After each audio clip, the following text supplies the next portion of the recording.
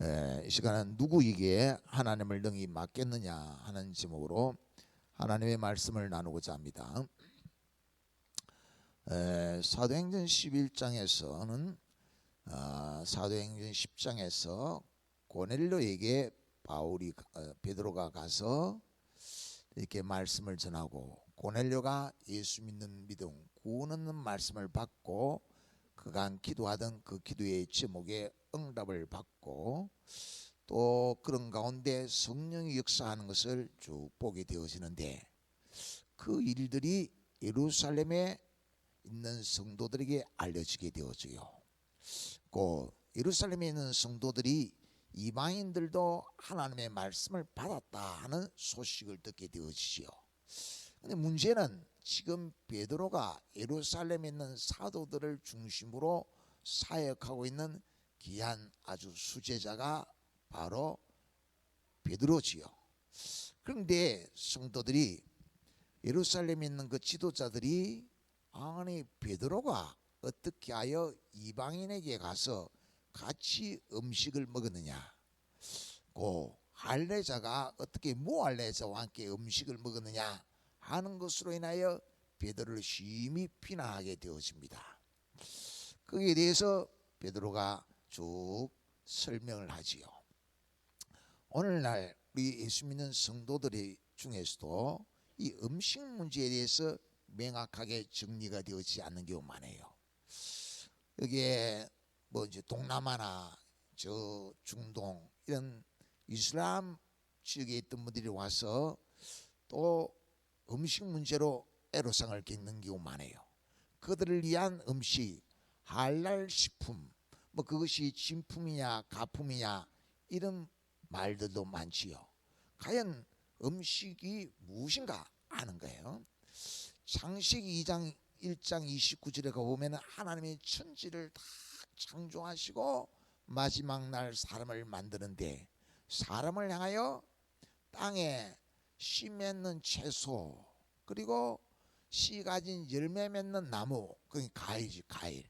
그것을 사람에게 다 먹을거리로 식물로 주노라 해요.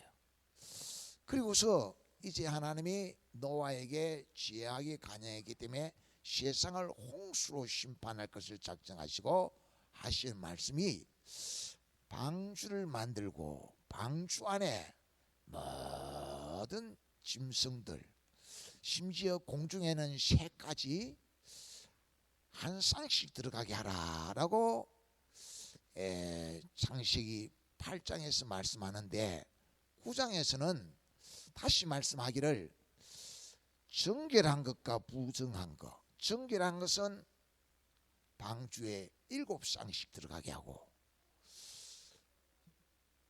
부정한 것은 2쌍씩 들어가게 하라 그래요. 처음으로 창세기 9장에 와서 음식이 정결하냐 부정결하냐, 깨끗하냐 깨끗지 않으냐, 이런 이야기를 해요. 그런데 그것은 곧 아담과 이브의 죄로 말미암아 죄 가운데 놓인 우리는 다 죄 아래 죄의 종이 되지요. 정결하지 못한 죄인이 되어졌지요. 그래서 우리에게 예수 그리스도로 말미암아 이제 죄에서 깨끗함을 받고, 우리가 자백하면 저는 미쁘시고 의로사 우리를 모든 불의에서 깨끗하게 하신 은혜로 의롭다함을 받고 하나님 앞에 나아가 예배하게 되는, 따라서 곧 예수 그리스도를 예표하는 하나님 앞에 제물로 쓸 수 있는 제물을 정결한 것, 그렇지 않은 것은 부정결한 것, 그렇게 표현을 한 거예요. 성경이 다시 말해서 돼지고기 자체가 뭐 더러운 거고, 소고기는 소고기 자체가 거룩한 거고, 뭐 음식이 그런 거 없다 이거예요. 하나님이 다 만들 때 심히 좋았더라 라고 했는데, 이것이 잘못 정립이 되어서 많은 문제를 야기하지요. 그것을 디모데전서 4장에 오면 4장 4절 5절에서 하나님이 만드신 모든 것은 선하시다. 심지어 뭐 귀신이 어떻고 마귀가 어떻고 하는 것도 하나님이 마귀를 만든 것이 아니고 귀신을 만든 것이 아니고 하나님이 만든 천사장이 하나님의 말씀에 불순종하고 교만하여서 자기 길을 가는 그를 따르는 그를 악한 천사 귀신이라고 그 우두머리를 마귀라 하는 거야. 하나님이 마귀를 만든 게 아니지요. 모든 것은 다 하나님이 선하게 만들었다. 그런데 음식도 마찬가지인데 다 선한 것이다. 그래서 말씀과 기도로 거룩하시니라. 우리가 음식을 먹을 때 하나님의 말씀을 따라 하나님 이것을 먹고 하나님께 기쁨 되는 삶을 살기를 원합니다 하면은 다 선한 것이다. 선한 것이다. 그래서 우리가 음식을 받을 때 감사함으로 기도하면서 하나님과 동행하게 하여 하나님 안에 있는 삶을 살기 위해서 밥상머리에서 감사하면서 기도하는 거예요. 그렇게 되면은 그 삶 자체가 하나님 안에서 성별된 예수 그리스도 안에 있는 삶을 이루가는, 그래서 음식은 말씀과 기도로 거룩하여지는 것이다 그랬어요. 근데 이것이 잘못되어져서 뭐 할례자가 어떻고 뭐 할례자가 어떻고, 그러니까 하나님이 깨끗하게 한 것을 속되다 하지 마라. 잡아먹으라. 하나님이 고넬료에 가서 말씀을 전해라 이라는 것보다는 잡아먹으라. 그러니까 베드로가 내가 이것은 나면서부터 한 번도 먹지 않았습니다. 하나님이 깨끗하다 한 것을, 하나님이 다 선한 목적을 가지고 선하게 만든 것을 더럽다 하지 마라. 그래서 베드로가 고넬료에게 가서 예수님을 전하고 며칠 있으면서 같이 음식도 먹고 했는데 이것을 예루살렘 교회에 있는 사도들이 알고 비난하는 비난. 11장 2절에 보면 베드로가 예루살렘에 올라갔을 때 할례자들이 비난하여 했어요. 왜 무할례자들과 음식을 같이 먹었냐 이거지요. 그러니까 베드로가 차례대로 설명을 했다 이거예요. 차례대로. 여러분 이 설명을 잘해야 돼요. 저 뭐 설교하는 사람입니다만 이게 참 항상 어려워요.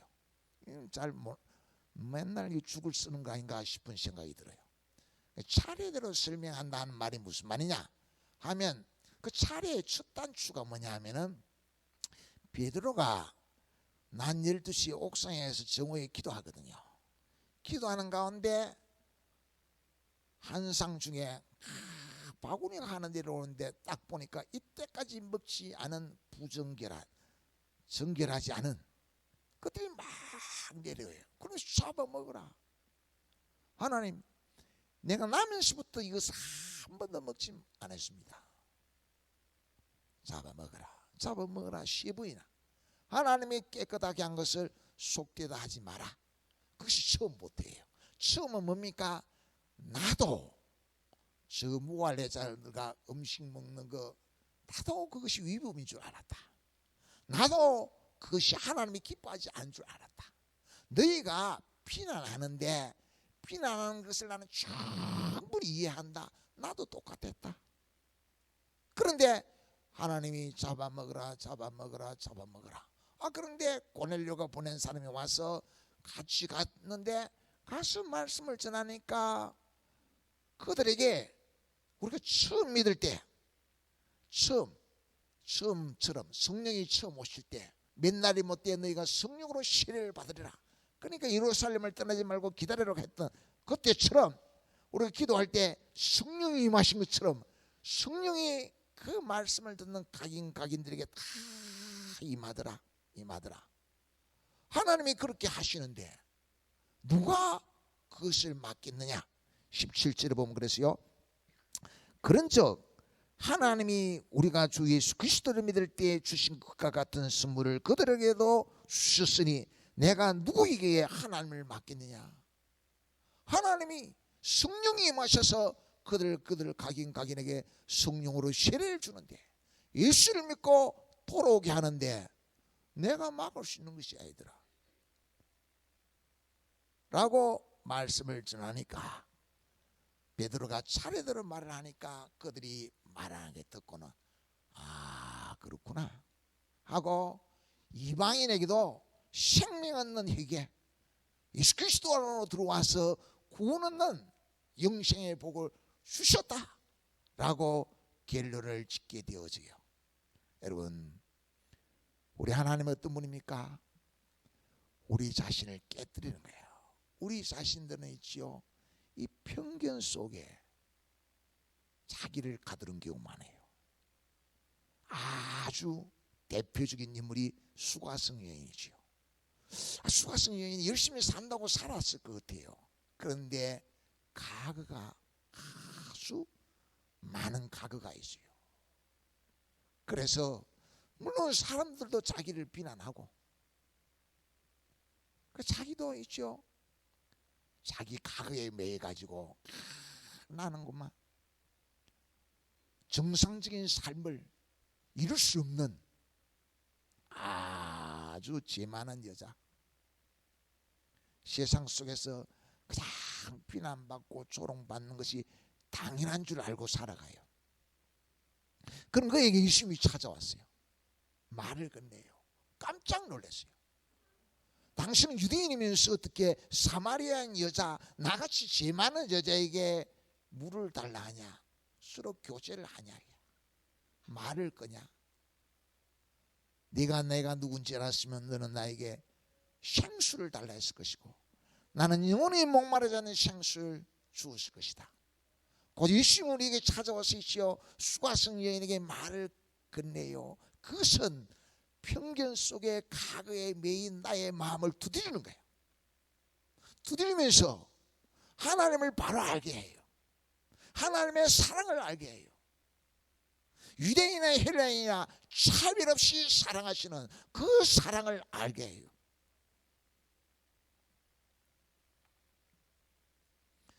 요한복음 14장 11절 한번 읽어봅시다. 시작. 내가 아버지 안에 거하고 아버지께서 내 안에 계심을 믿으라. 그렇지 못하겠거든 행하는 그 일로 말미암아 나를 믿으라. 예수님 믿는데 예수님이 행하신 일을 보고 믿으라. 예수님이 수가성 여인을 찾아와서 만문을 두드리면서 수가성 여인에게 그 가거에 매인 그에게 하나님은 너를 사랑한다. 너의 과거의 모든 것을 깨끗게 하시면서 너를 사랑한다 라고 하면서 만문을 두드려요. 유대인들이 보는 그 편견의 눈으로 편견으로 자기를 보지 않아요. 그때 이 수가성 여인은 한없는 강명을 얻어요. 빛을 얻어요. 내가 세상에서는 과거에 매이고 나같은 사람은 참 복이 없고 천하에 저주받은 사람처럼 생각했는데 만물을 창조하시고 구원하신 하나님은 나를 사랑하신다는 것을 깨닫게 돼요. 그래서 와 뭐라고 예수님이 찾아서 만물을 두드리는 그것으로 인하여 참 자유를 얻게 되어져요. 참 자유를 얻게 되니까 주님 안에 거하고 주님과 동행하는 삶을 이루게 되어져요. 그래야 예수님이 잃어버린 양을 찾으러 온 거지요. 수가성 여인도 잃어버린 양이었지요.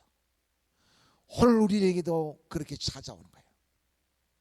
우리 자신이 있지요. 과거에 매이고 편견 속에 매여서 자기가 자기 자신을 괴롭혀요.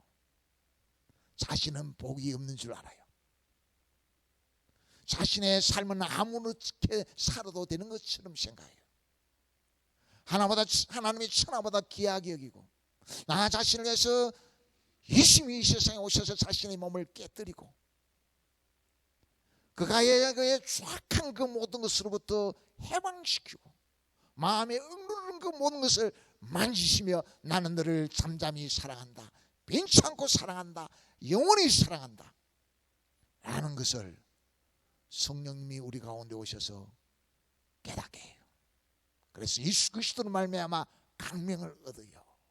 예수 그리스도로 말미암아 행복자가 돼요. 예수 그리스도로 말미암아 그래 나를 사랑하신 주님 믿고 주님과 동행하는 삶을 살아야겠다 결단하며 우리가 믿음 생활을 하지요. 심해한 음성 여러분 성령님을 통하여 나를 천하보다 귀하게 여기고 나를 위하여 독생자를 깨뜨리고 나를 영원히 잠잠히 사랑한다고, 너에게 영생을 주노라고 라고 하는 음성을 매일같이 들으며 마음에 항상 천국이 이루어지는 축복을 누리시기를 축원합니다. 그렇게 하니까 예루살렘에 있는 성도들이 아멘하고 이방인에게도 그렇게 해서 복음이 모든 믿는 자에게 구원을 주시는 하나님의 능력임을, 첫째는 유대인에게요, 그 다음은 헬라인에게로다 라고 하는 로마서 1장 16절의 말씀이 그냥 기록되는 게 아니에요. 우리에게 구원을 주시는 하나님의 능력, 우리의 심령에 천국이 이루어지는 하나님의 능력임을 믿으시기를 축원합니다. 그렇게 되니까 그때쯤 돼가지고 예루살렘에서는 베드로를 비난한 것 때문에 그것을 더 다 깨닫게 되는데, 스데반 집사의 일로 흩어진 제자들이 주로 흩어져서 가는 거예요. 그래서 베네게와 구브로, 그 다음에 안디옥까지 가요. 안디옥에 가서 처음에 딱 생각이 있으니까 유대인들에게만 복음을 전해요. 그런데 그 중에 몇이 헬라인, 이방인에게도 복음을 전하니까 역시 그들이 얘기하고 그들 가운데 성령이 역사하셔서 막 돌아오는 거예요. 돌아오는 거. 그래서 그들이 이방인에게도 예수를 전하니까 주의 손이 함께하는 걸 깨달았다 그래요. 주의 손이 함께하셔서, 주의 손이 뭡니까?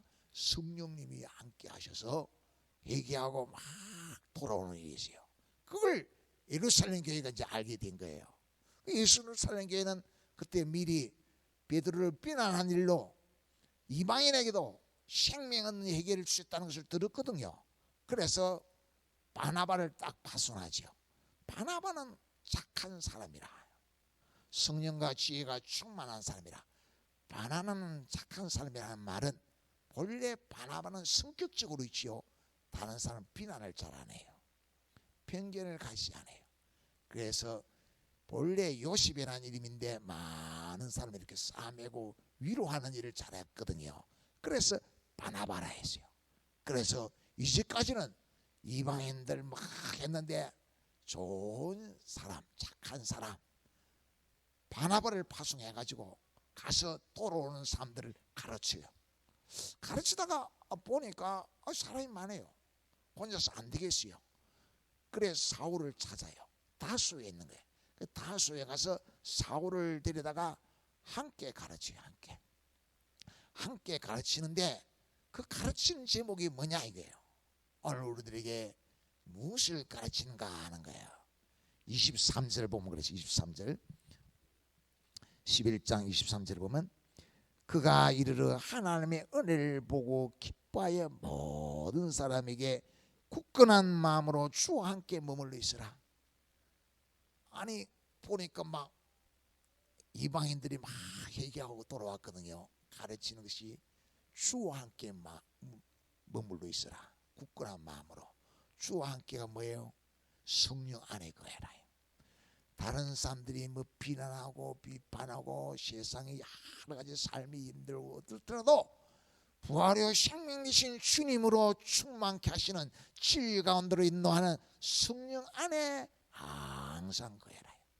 여러분, 천국은 하나님의 나라를 먹는 것과 마시는 것이 아니요 성령 안에서 의와 희락과 화평이라 이거예요.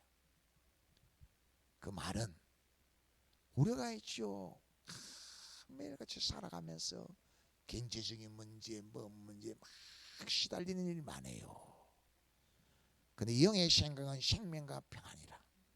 우리 약함을 압니까? 그러면 주와 함께 머물기 위해서 주님께 기도가 필요해요. 성령이여, 내 생각과 내 마음을 진리의 말씀으로 붙잡아 주옵소서. 그래 성령이 진리의 말씀으로 나를 붙잡아 줄 때 생명을 누려요, 평안을 누려요, 천국을 누려요. 그런데 믿지만은 이 주님이 내 생각과 내 마음을 붙잡아 주시는 은혜를 누리지 못하면 염려, 근심, 걱정, 괴로운 일들이 파도처럼 밀려와요. 주와 함께 머물러 있으라. 그렇게 끄라고 가라지요. 그러니까 이들이 그래, 주님과 함께 머물기에 성령의 인도를 받고 성별되게 살기 힘을 다하시오. 그러니까 그 지역 사람들이 볼 때 저 사람들은 다르다 라고 그리스도인이라고 부른 거예요. 세상 살아가는 방법이 달라요. 걱정하는 것이 달라요. 주와 함께 성령의 인도를 따라 성령께서 생각과 마음을 지키시는 은혜로 음식을 먹어도 감사하며 기도하며 주님 안에 가기를 원합니다. 성령이여 생각과 마음을 주장하여 주셔서 주님께 영광되는 기쁨되는 삶을 살게 하여 주옵소서. 그렇게 별거 아닌 거던데 감사하며 기도하며 음식을 먹고 그리 힘쓰거든요. 그래서 그리스도인이라 부른 거예요. 때마침 온 땅에 흉년이 될 것이라고 하는 그런 일이 있어가지고 그것을 알고 이 안디옥 교회가 그래 우리가 돕자, 예루살렘 교회를 돕자. 예루살렘 교회가 처음에는 이방인들은 구원을 없는 줄로 같이 음식 먹었다고 난리를 쳤던 교회인데 돈을 모아가지고 예루살렘 교회 어려운데 도우러 가자. 그래 부조를 만들어서 바울과 바나를 보내지요. 여러분 여호와의 팔, 구원의 팔 잘 알아야 돼요. 이스라엘 백성이 강야를 갈 때 아말렉이 쳐들어오지요. 그 모세가 산에 올라가고 여호수아는 전쟁터에 나가는데 아론과 홀이 같이 올라가서 모세가 기도하면 이스라엘이 이기고 손이 올라가면 이스라엘이고 손이 내려오면 아말렉이 이기는 거예요. 그래서 좌우에 아론과 홀이 딱 손을 붙잡고 손이 내려오지 않도록 다시 시작해서 그러니까 이스라엘이 이겨요. 다시 시작해 성령께서 우리에게 마음을 주어서 합심하게 하고 기도하게 하고 하나님을 의시하게 하고 하는 일에 하나가 되면은 그것이 여호와의 팔이 돼요.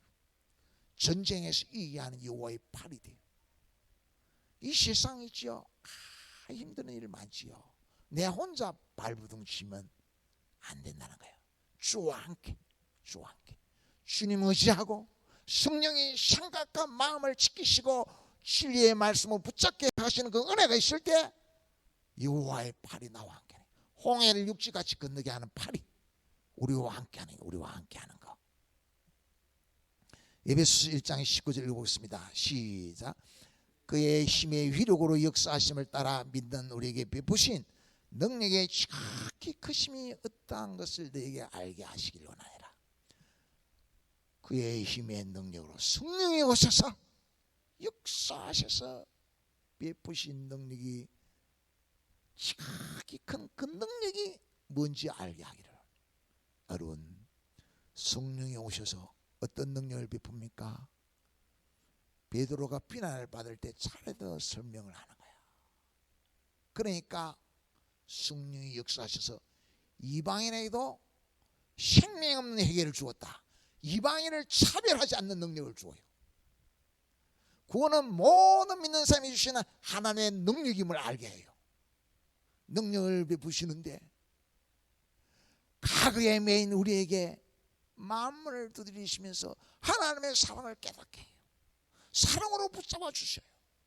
사랑의 능력을, 하나님의 마음을 아는 능력을 우리에게 베풀어 주어요. 우리 다 그렇지요. 한때는 정말 강야에 혼자 서 있는 혼자, 이 삶이 힘들고 쓸쓸한 가운데 혼자 그때 우리가 주님을 크게 만나지요. 혼자 두지 아니하시는 주님, 내 마음을 두드리면서 나를 만져주시며 위로하시며 주와 함께하는 은총으로 삶을 이루가도록 하는 그 주님 만나고 오늘 참 자유를 누리며 주님 품에 왔지요. 그런데도 주와 함께하는 삶을 이루지 못해요. 저도 뒤를 돌아보면 참 아쉬운 점이 많아요. 목사니까 목사 자녀들을 보고 그래요. 목사 자녀가 그러면 되냐. 나도 마찬가지지요. 목사 자녀가 조금 그래 안 했으면 싶은 마음이 많지요. 근데 목사 자녀가 뭐 목사니 그거 목사는 아닙니까? 그런 게 뭐예요? 주와 함께 주님에게 내려놓고 주님이 주신 참 자유 안에 주님에 의해서 참 행복자가 되고 말씀과 기도로 거룩하여져 가고 하는 것을 믿음으로 감당하지를 못하고 강요하니 강요. 그러니까 뭐예요? 주와 함께 머물고 지극히 크신 능력이 어떠한 것인지를 알고 믿음으로 사는 일에 대한 훈련이 필요해. 훈련이 필요해. 지난주 어떤 분이 우리 교회 어떤 분이 아이가 사춘기인데 너무 힘들어요. 여러 사연이 많아요. 그래 함께 기도하자 하면서 그랬는데 내가 이 삼락둑을 걸으면서 그 생각이 떠나지 않아요. 주님이 함께하여 주옵소서. 왜? 뭐 사춘기가 빨리 끝나는 게 아니니까 이게 사춘기가. 근데 그 아이의 사춘기로 시달리는 그분에게 내가 인내해야 됩니다 이 말을 못하는 거예요. 그것도 잘 알지요. 그래 뭐예요? 기도가 우리에게 베푸신 능력이 지극히 크심이 어떤 것인지를 아니까 그것을 주님께 내려놓는 거. 내려놓는 거. 끊임없이 믿음으로 내려놓고 주님 안에 가도록 하는 그것이 오늘 우리에게 베푸신 하나님의 크신 능력이에요. 여러분 수고하고 무거운 짐진 자들을 다 내게로 오신 주님 앞에 내렸고 주님 바라보고 주님 안에 참 자유를 누리면서 주님의 사랑 안에 온전히 거하는 믿음의 삶을 이루기를 축원합니다.